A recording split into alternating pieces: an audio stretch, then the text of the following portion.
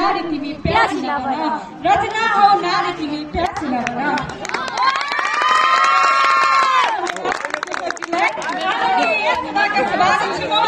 प्रमुख अतिथि विशेष अतिथि लगायत ग्यासमा आसित सम्पूर्ण व्यक्तित्वहरूमा यतै शिवपुरी गाउँपालिका वडा नम्बर 3 मा अवस्थित श्री महेन्द्र माध्यमिक विद्यालयको तर्फबाट र मेरो व्यक्तिगत तर्फबाट स्वीकार्नुहोस् हार्दिक नमस्कार।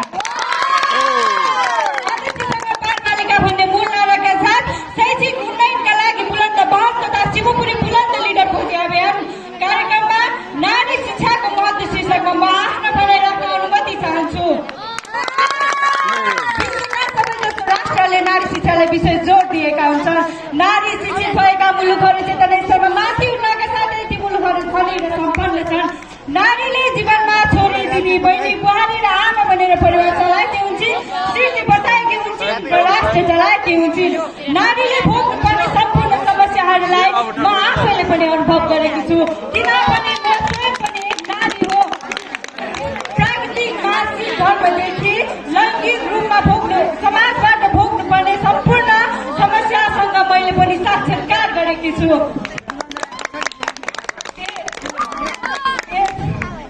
यस्ता समस्याहरूबाट यस विश्वमा रहनुभएका सम्पूर्ण नारी वर्गहरूले भोगिरहनु परेको देखिन्छ।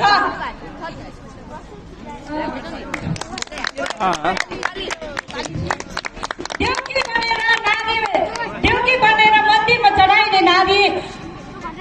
बनेर मन्दिरमा चढाइने नारी छौपटी गोठमा निसासिएर मर्नुपर्ने नारी।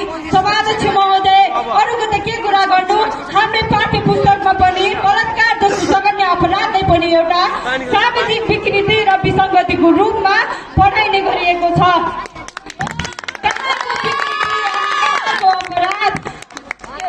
कहाँको विकृति अनि कहाँको अपराध, केही कुराहरूलाई परिमार्जन गर्न आवश्यक छैन र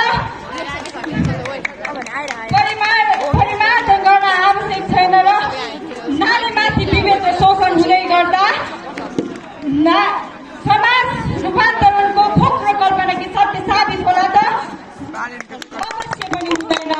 नारीमाथि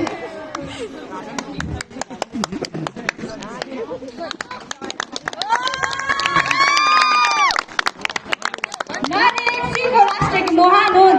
फ्रान्सका सम्राट नेपोलियन बोनापार्टले भनेका छन् कि तिमी मलाई असल आमा देऊ, म तिमीलाई असल राष्ट्र दिनेछु। यस भनाइबाट एउटा असल राष्ट्र बन्नका लागि शिक्षित र सभ्य आमाको खाँचो रहेको देखिन्छ।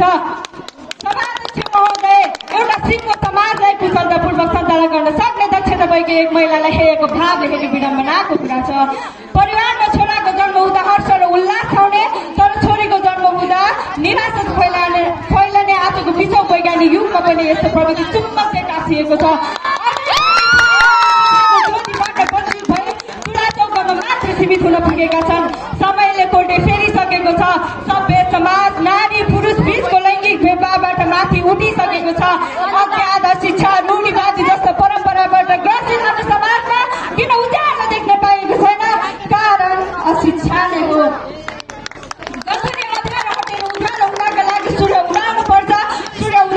पनि पृथ्वी घुम्नै पर्ने हुन्छ। नारी एक पृथ्वी हुन्। जब उनीहरू सबैले शिक्षा प्राप्त गर्छन् तब मात्र सूर्य उदाउनेछ। जीवन चक्रमा एउटा अङ्गको अभाव हुँदा सिङ्गो शरीरले नै त्यसको पीडा भोग्नु पर्ने हुन्छ। त्यसैले नारी जाति अपहेलित पीडित अपमानित हुँदा सिङ्गो युगले नै पीडा भोग गर्नुपर्ने परिस्थिति उत्पन्न हुन सक्छ। यदि सम्पूर्ण नारी वर्गलाई शिक्षित बनाउने हो भने हाम्रो मस्तिष्कमा रहेको सङ्कुचित मानसिकतामा परिवर्तन ल्याउन जरुरी छ।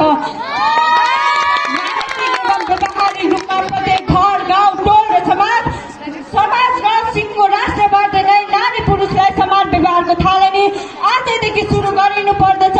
तब मात्र घरधन्दा या भनौँ चुला चौकामा मात्र सीमित रहेका कतिपय नेपाली नारीहरूको जीवनमाथि उठ्नेछ भन्दै मेरो भनाइ अन्त्य गर्न चाहन्छु। धन्यवाद।